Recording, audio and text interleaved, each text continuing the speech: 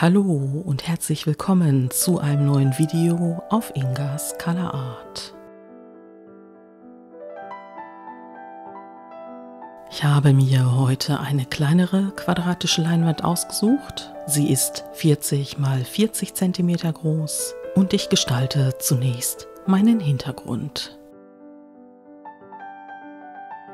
Für den Hintergrund habe ich mir einen farblichen Verlauf überlegt. Und zwar soll dieser aus dem hellen Grün, einem Kobaltblau und dem Metallic-Farbton Gold bestehen. Und ich pinsel das Ganze recht locker mit dem Flachpinsel auf, nehme manchmal dazu etwas Wasser, damit sich die Farben etwas besser verblenden lassen. Aber es ist mir auch nicht wichtig, dass es jetzt hyperfein verblendet ist, weil ich heute vorhabe, in der Rakeltechnik zu arbeiten. Wichtig ist für mich dabei, dass der Hintergrund komplett angetrocknet ist. Man kann die Leinwand zur Seite legen und warten, bis sie getrocknet ist. Man kann sie mit dem Föhn antrocknen. Da gibt es ganz verschiedene Möglichkeiten. Ich habe mir heute meine Glättkelle wieder herausgenommen, weil die zum Format der Leinwand sehr gut passt. Und ich rakel die erste Bahn in einer sogenannten Perlfarbe. Das sind Farben, die ein bisschen weißlich aussehen, aber einen perlmuttfarbenen Schimmer haben. Und ich habe mich bei dem ersten Farbauftrag für das Perlviolett entschieden. Mein kleines Rakelwerkzeug, was ich jetzt in der Hand habe, werde ich heute öfter verwenden, um Spuren in die gerade frisch gerakelten Bahnen zu kratzen. Denn ich möchte heute experimentieren, schauen, was das für Auswirkungen auf die verschiedenen Schichten hat und das Ganze dann einfach genießen. Bei den Perlfarben ist es so, dass sie die stärkste Wirkung entfalten, je dunkler der Untergrund ist. Und je heller der Untergrund ist, desto eher scheinen sie, je nach Farbauftrag, von weitem weißlich zu sein. Man nimmt diese schillernden Farbschichten erst wahr, wenn man relativ nah an dem Bild vorbeigeht oder wie hier, wenn jetzt eine Lichtquelle auf dieses Bild scheint.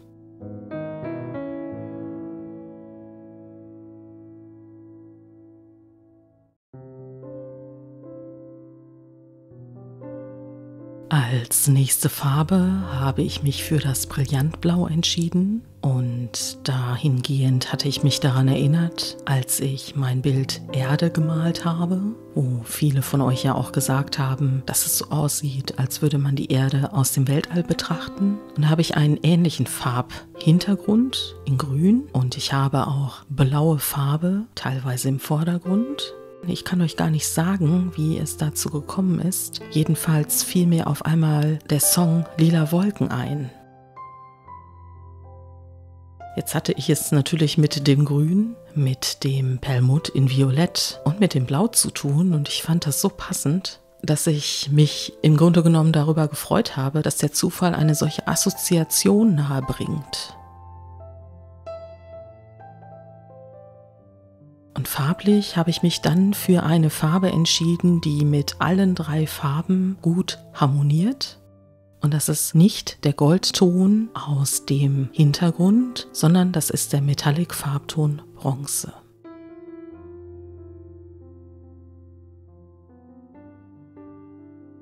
Auch wenn das Bild bis zum Ende durch noch weitere Farbschichten ein völlig anderes Aussehen bekommen wird, frage ich euch, wie euch denn diese Farbkombination gefällt.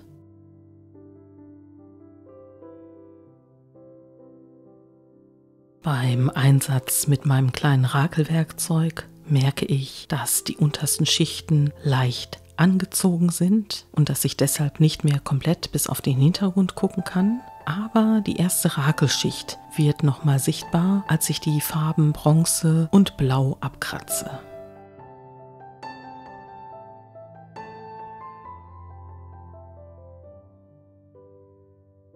Die nächste Farbe habe ich gewählt, weil ich Türkis sehr gerne mag und ich mir auch mit dieser Kombination eine gute Farbmischung vorstelle. Und das wird auch so. Es wird also wieder etwas frischer, ein bisschen abstrakter und es stellen sich tatsächlich auch die ersten Farbschlieren ein.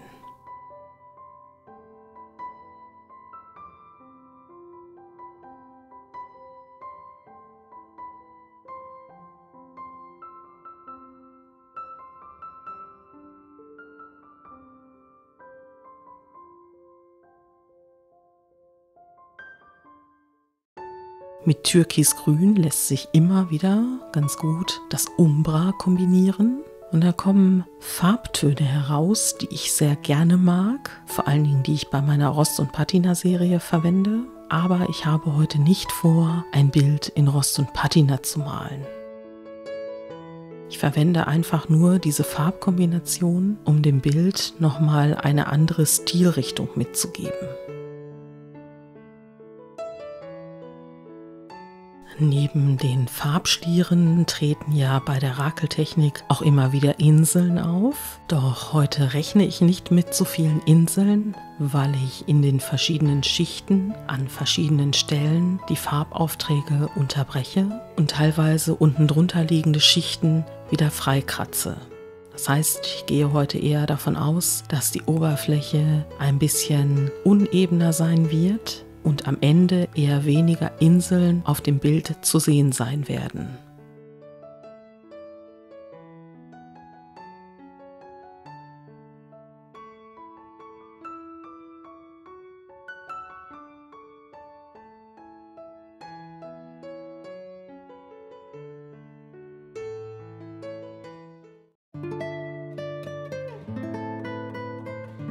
Von den 3 Hintergrundfarben möchte ich jetzt tatsächlich einmal das Blau in den Vordergrund holen. Und zwar ist es ein sattes und kräftiges Blau, was auch so in die Richtung Lapislazuli geht. Kobaltblau, Ultramarin. Und ich finde es in dieser Kombination zu den bereits auf der Leinwand befindlichen Farben richtig schön. Es grenzt sich ein wenig ab. Es passt ganz hervorragend zu dem Umbra und auch mit der Perlfarbe entsteht gerade eine sehr interessante Farbmischung.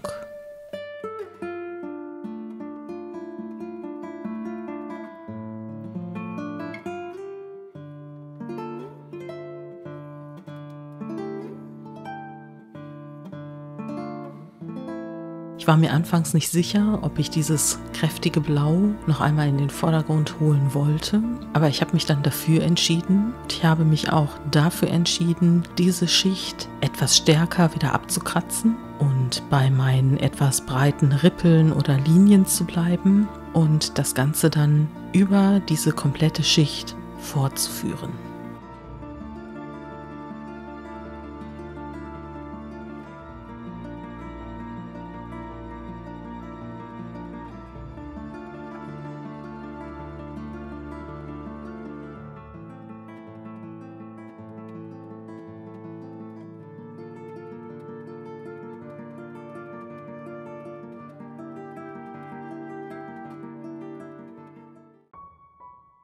Meiner Ansicht nach braucht das Bild jetzt eine andere Farbgebung und dann hätte ich ja zur Auswahl gehabt, etwas in Richtung Gelb oder etwas in Richtung Rot. Und dadurch, dass die blaue Farbe noch nass auf der Leinwand ist, wäre das Gelb im Verlauf der weiteren gerakelten Bahn zu einem Grün geworden, sodass ich mich für eine rote Farbe entschieden habe.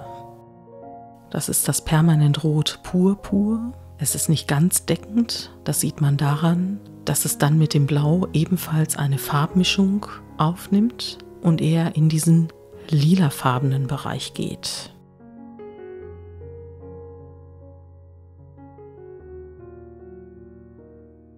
Da ich schon öfter mit dieser Farbe gearbeitet habe, weiß ich, dass sie in der Kombination dunkler auftrocknen wird.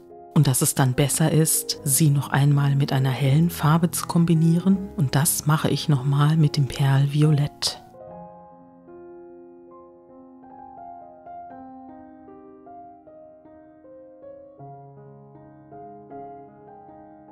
Mir gefällt der Farbauftrag richtig gut. Das Bild bekommt etwas Frisches und auch eine andere Farbgebung. Ich persönlich bin wieder bei einem sommerlichen Garten angekommen und das ist auch der Grund, weshalb ich jetzt noch eine weitere Farbe aus dem Hintergrund in den Vordergrund hole. Zum einen kann ich dort an der einen Stelle bis auf den grünlichen Hintergrund durchgucken und ich finde, dass in der obersten Schicht die Farbe etwas wiederholt werden sollte.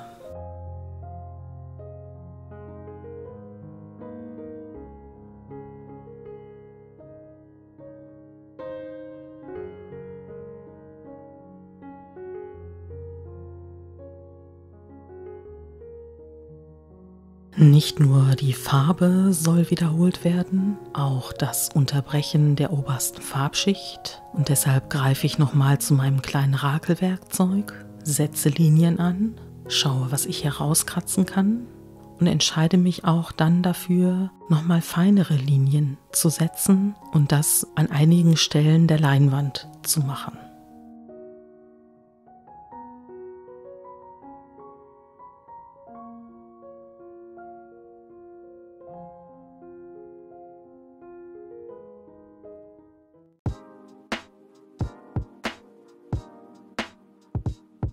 Nachdem ich farblich in Richtung Sommer abgebogen bin, fehlt natürlich noch eine Farbe, und zwar das Permanent Rot-Violett. Allerdings werde ich das nur noch als Akzent aufsetzen.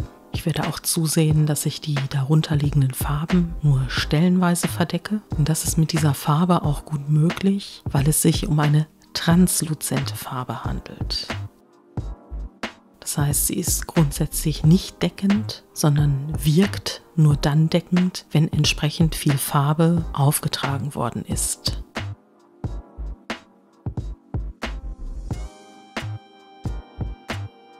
Dann schaue ich mir die Stelle nochmal genauer an und ich möchte ausgehend von dem Streifen, der entstanden ist, nochmal bis zum Rand ein bisschen mehr flächig diese Farbe auftragen. Und entscheide mich dann genau an diesem Streifen oberhalb etwas von der Perlfarbe aufzutragen.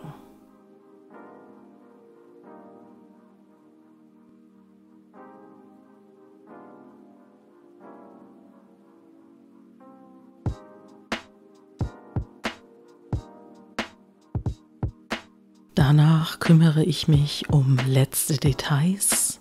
Setze noch einmal ein paar feine Linien in die oberste Schicht, entscheide mich für etwas breitere Linien und auch sehr schmale Linien, die sich kreuzen, und schaue danach, was meiner Meinung nach dem Bild gut tut.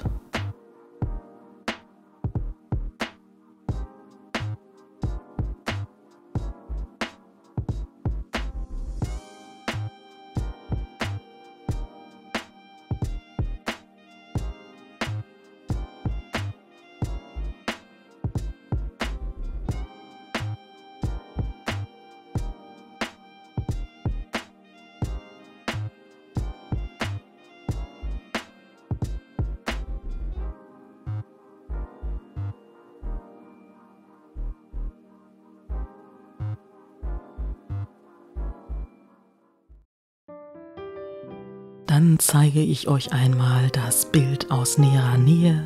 Jetzt sieht man wirklich, dass es kleiner ist als die letzten Bilder, die ich gerakelt habe. Ich bin sehr froh über die einzelnen Farben, für die ich mich entschieden habe. Ich finde die Vertiefung, die ich mit dem kleinen Rakelwerkzeug gemacht habe, auch sehr passend zum Bild, und mir gefällt vor allen Dingen diese Farbkombination aus fuchsiafarbenen und grünlichen Anteilen.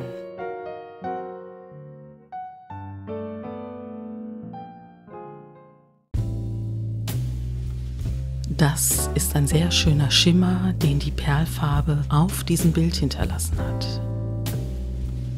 Dieses Bild hat sowieso einen besonderen Glanz. Normalerweise trocknen die Farben von Amsterdam Acrylic eher seidenmatt auf, aber durch den Anteil der Perlfarbe und der beiden Metallic-Farben ergibt sich ein etwas glänzenderes Seidenmatt.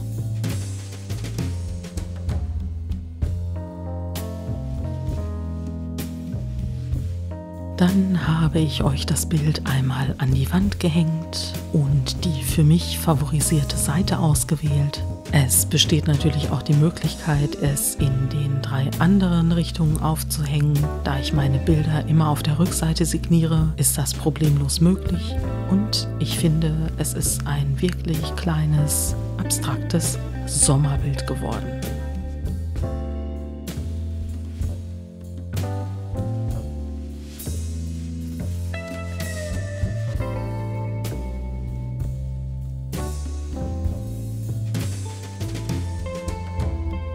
Ich danke dir fürs Zusehen, ich danke dir fürs Zuhören, ich freue mich über Kommentare, ich freue mich über Likes und ich wünsche dir eine schöne Woche, sei kreativ und dann sehen wir uns beim nächsten Mal.